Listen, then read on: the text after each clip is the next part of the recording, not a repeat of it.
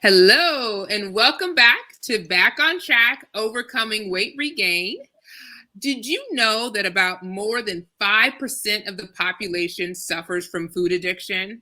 And when we look at men and women, 7% of food addiction occurs in about 7% in women and 3% in men. So this is an important topic that we're here to talk today. And I'm so excited to have Alicia Jones, who provides faith-filled weight management and lifestyle transformation. And also she helps people arrest their food addiction. She's also the pastor of Blessed Hope Christian Church in Erie, Pennsylvania. So let's go ahead and just welcome Miss Coach Alicia Jones. Welcome. Thank you. Thank you. Hello, hello, hello. And we're so happy to have you here today. Can you please tell us just a little bit more about yourself? Well, I am Coach Alicia. I struggled with weight my entire life, from the time I can remember, being as like 6 years old, trying to go on my first diet, and that whole back and forth, through every different program, and finally in 2018, I decided I wanted to be fat and happy. I was sick of just sick of the whole dieting merry-go-round, and sick of it's New Year's. Every New Year's, it's like you've got to do this New Year's resolution. And I was just like, can I just be fat and happy? I went shopping. I got me some cute clothes. I'm just going to, live my life. And that was the year I was introduced to the idea of food addiction. And when I heard it, I was like, yes, please, that's me. What do I do? Please tell me, what do I do? And man, that sent me on a trajectory, and I have not turned back. Yeah. Well, for those that may not know, can you just describe what food addiction is? Food addiction is really, it's an addiction, just like any other addiction, whether it's drugs, whether it's sex.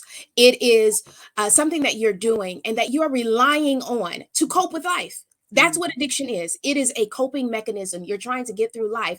And my drug of choice was food, meaning that when I was stressed, I ate. Meaning that not only was I coping with it, but I could not stop. It was something that was unmanageable.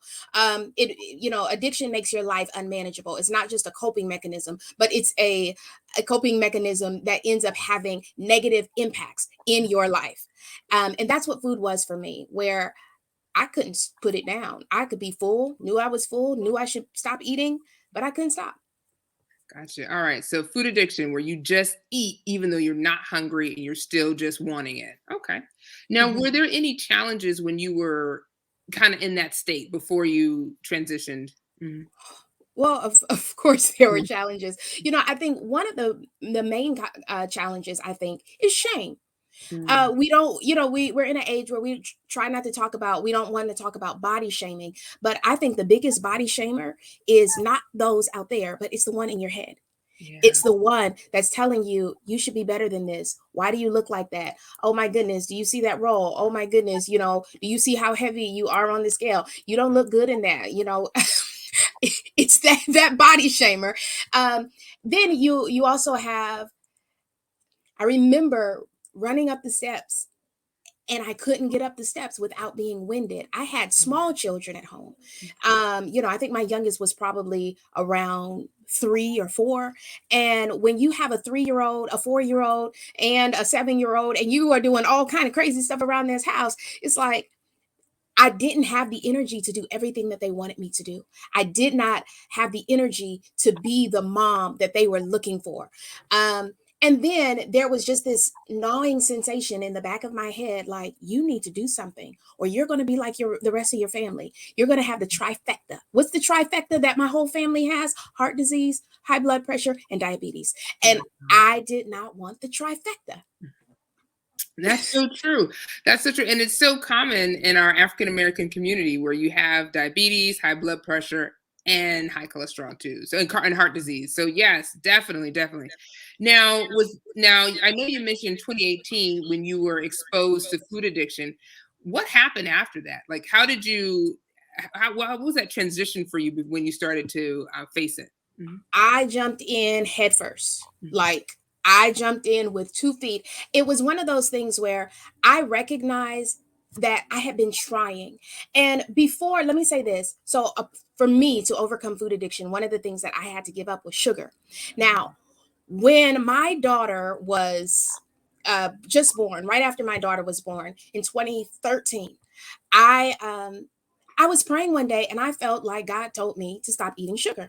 And so I did. I really, and when I say stop eating sugar, I wasn't eating your regular desserts or whatever. I probably still did, honey or maple syrup or whatever, some of those kind of substitutes. But traditionally, I stopped with all the desserts and all the things that I was doing. And I started losing weight. I got down, to probably around the size, probably a few pounds more than I was when I got married. But I surely wasn't the 200 pounds that that I was, 200 plus. And I had come down, I was probably hitting 180s. I was excited about 180s. Okay. When Yeah. yeah, I was definitely excited about 180s. And I was doing well. I was feeling good. And then I got mad. Hmm. I got mad one day and I ate some man, those sticks that you put in syrup and French toast sticks. That's what it Oh. was. I got mad one day and I ate some French toast sticks. And then it was cupcakes and then it was everything else in the world. And 5 years later, I was 230 pounds and I didn't know what to do with myself. Wow. And so literally Mhm, like that. And so when I heard this idea of food addiction mhm. and somebody said you need to stop eating sugar and stop eating flour, I was like, now I never thought about the whole flour thing, but I'm sure about the sugar because I know how much weight came off when I stopped eating sugar. I know how good I felt when I stopped eating sugar.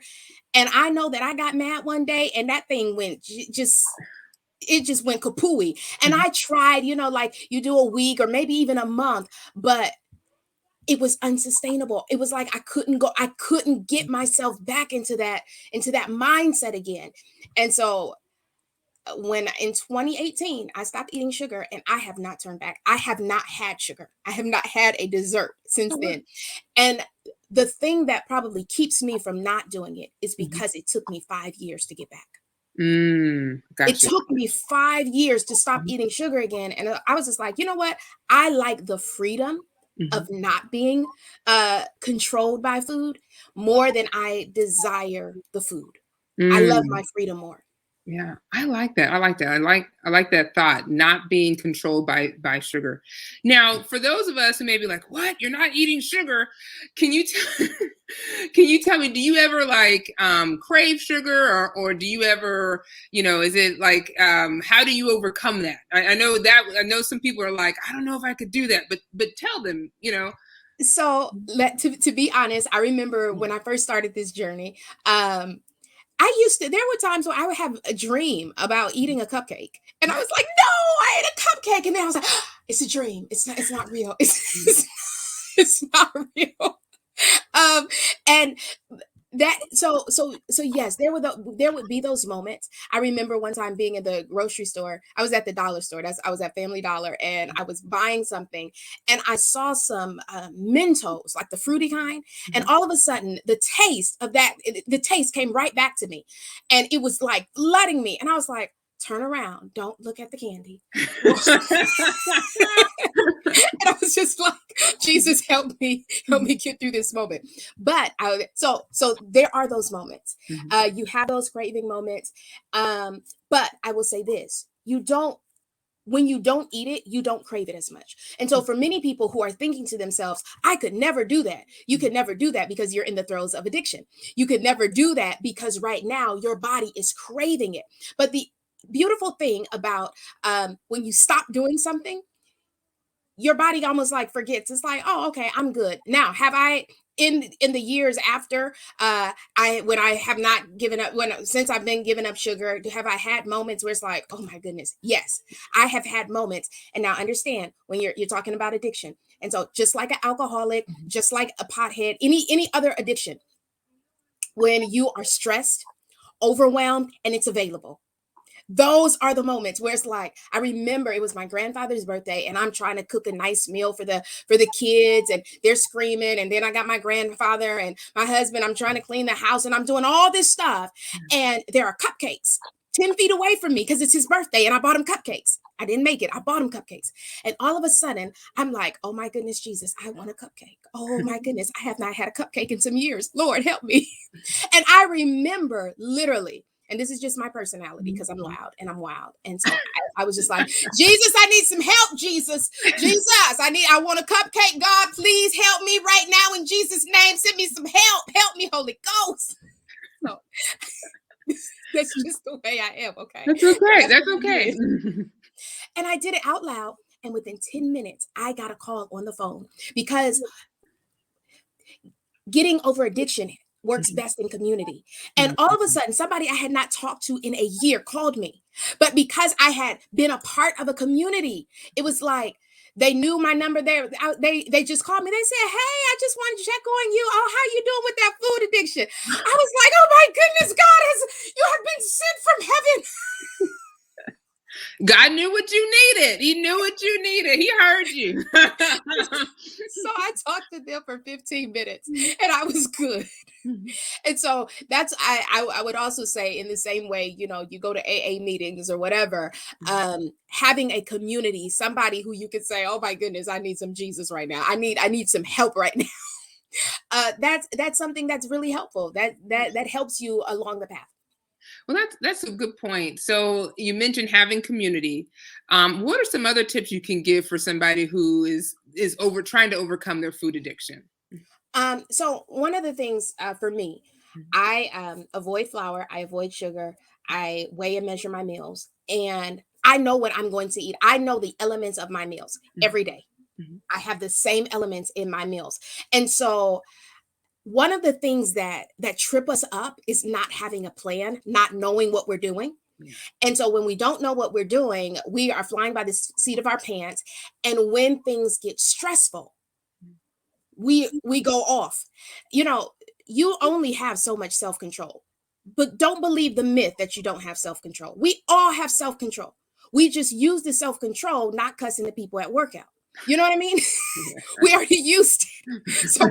So by the time we get home for dinner, the self-control that we started with, we don't necessarily still have that same amount. Self-control it diminishes as the day goes on. But when you have a plan, I know ahead of time what I'm planning on eating. And so I can know for sure that I'm going to have a salad with my lunch and my dinner. I know I'm going to have a vegetable with my lunch and my dinner. I know I'm going to have a protein with my lunch and my dinner. And so when I get home, or when things are stressful, I'm not looking in the cabinets and, oh, what are we going to do today? No, I know where my vegetables are. I know where my salad stuff is, and I pick a protein. And so having a plan, or, even if you're at the place where you're eating a grain or something else with that meal, I know that that's what I'm doing. I keep those things available. I have backup in the event that, I eat all my fresh fruit. I got some in the freezer. I have a plan. And so I keep my house well stocked. Now I got kids. I got a husband, and don't nobody else in the house eat like me. No, but you better believe I make sure that I have the stuff that I need to be successful, because I don't leave my recovery in anybody else's hands. I don't trust anybody but me with my recovery. I like that too. So you put your recovery in your own hands. Now, I know I have some people who are listening today who have their family who do not eat healthy, and it kind of it tempts them. How do you overcome that when your children and your husband do not eat like you? So my husband has always had like a really nice physique, like muscles and just all sexy and stuff. And you're like, well, dang, I can't smell that. I can't sniff it without a roll. You know what I mean? And here you are eating whatever you want to eat. And so my husband used to make pies. He would sit down and eat a whole pie. And I remember one time he was eating a pie. He just made a pie. He was like, "Oh, baby, this is good. This is the beginning of my journey." He was like, "Oh, baby, this is good. You really should taste this." And I said, "Love, I'm on a journey and I'm not eating sugar. So it would be really helpful if you don't invite me to taste how good your pie is." I like that. You lovingly told him that. I did. And you know what? He did not only did he not invite me to eat his pies, he actually stopped making them. He Oh, went a year without making a pie. And then he said, like after a year, he was like, "You think I could make a pie again?" And so let's set our boundaries. Let's tell our family members. Let's tell our children. Look, you got little kids. Your kids want to keep you accountable. Your kids love bossing you around. Your kids want to say, "Mommy, what's on your plate?" I promise you, I promise you, your kids want to be a part of that. They are your best accountability that you could ever have. If you give your children that accountability, they will be like the chief of police. I promise you. Yeah, that's true, because you boss them around. So they're like, what are you And so now doing? they get an opportunity to boss you around. Absolutely. And so communicating, you communicate those things to your family members, and then you go to a potluck or something. Don't trust, I call ahead. I say, what we eating?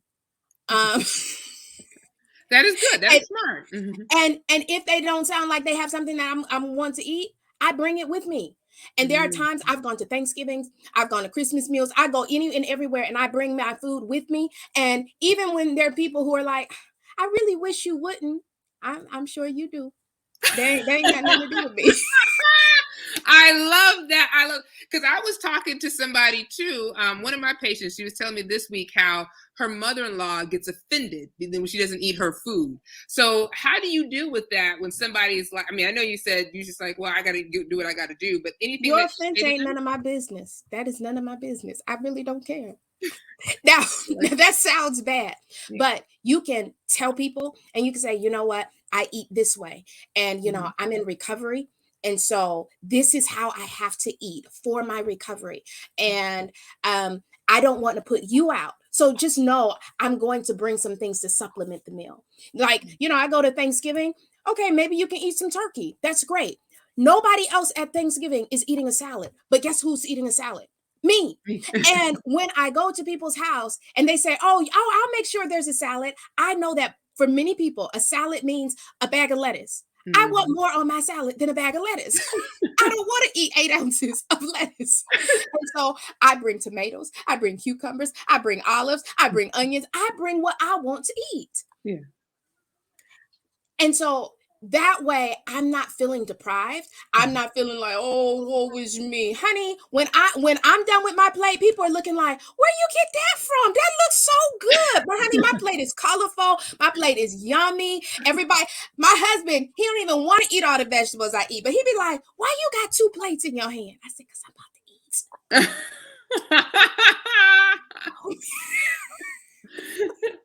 Oh, I love it. I love it. Yes. So Mhm. and I enjoy my food. Mhm. It should be appealing and it should look good. Oh yeah. So I just, in case you missed it, in case you weren't listening to Coach Alicia, here's what she said. Number one, we need to have a community. Number two, we need to plan our meals. Number three, we need to have boundaries, boundaries. And then number four, we need to incorporate our family. We need to communicate so that people know what we're doing. We're not offending them. And if we are, it's not our business. and just have that mindset. And let me say this. Let me say one other thing. When you communicate to people that you don't eat sugar, they'll say things like, "Oh, I brought you a cupcake," or somebody brought me some chocolate covered strawberries. They were like, "Well, I know it's got sugar in it, but I thought it was just today." I say thank you. I throw it away. I give it to somebody else in my household. But you can graciously say, "Oh, thank you." You could. I'm not going to sit here and argue with you. I don't want to mess up your moment, but I'm not going to eat it. And so if it never makes it to my house, you already paid for it. I didn't waste your money. I mean, you can't get the money back. True, So true. And you can bless someone else. yes, yes, you can bless someone else or what have you. And so I try not to offend people, but if I tell you my boundaries and you don't follow them, that's really your fault, not mine. I like that. I like that. And that's a good mindset. We have to put our own recovery in our own hands. And I think Mhm. that's the one thing I got from here. Now, coach, how can we work with you? Tell us more. You can go to crushfoodaddiction.com. Crushfoodaddiction.com. Right now, I have a challenge that is happening right now. So if you go to crushfoodaddiction.com, that's how you can get a hold of me. And then you also can go to her YouTube channel at youtube.com, Alicia Jones, to learn Yes. more. Yes, absolutely. Absolutely. Awesome. Awesome. And do you have a course coming up too later on in the month? Or is it just a challenge? We're doing this challenge. Mhm. I have courses that are already formulated and things of that nature. So yeah. Okay. All right. So check back. Go to crushfoodaddiction.com because I'm Yes. not sure when you're listening to this, but she may have a course for you. So if you all are struggling with food addiction, please come and work with Coach Alicia Jones. Any last comments that you have for the listeners? My last comment would be put yourself first in this matter. Put yourself first. So often we take care of everybody else, and then when it comes to us, we're like, oh well, I don't have time. Yes, you do. You have time. You've just been giving it to everybody else. You will be more effective to take care of the people that you love when you first take care of yourself. Just like when you're on a plane, they say put your oxygen mask on first. Deal with your recovery, deal with your food, deal with your issues first, and then you'll be able to serve the people that you love, and you'll be around a lot longer. Oh, awesome. Awesome. Well, thank you so much for coming and just sharing your knowledge on food addiction and your story. We really appreciate it. And like I said, go to her website, www.crushfoodaddiction.com, and it will be in the show notes in case you're driving and cannot necessarily write that down. All right, thank you. And we'll see you back next time.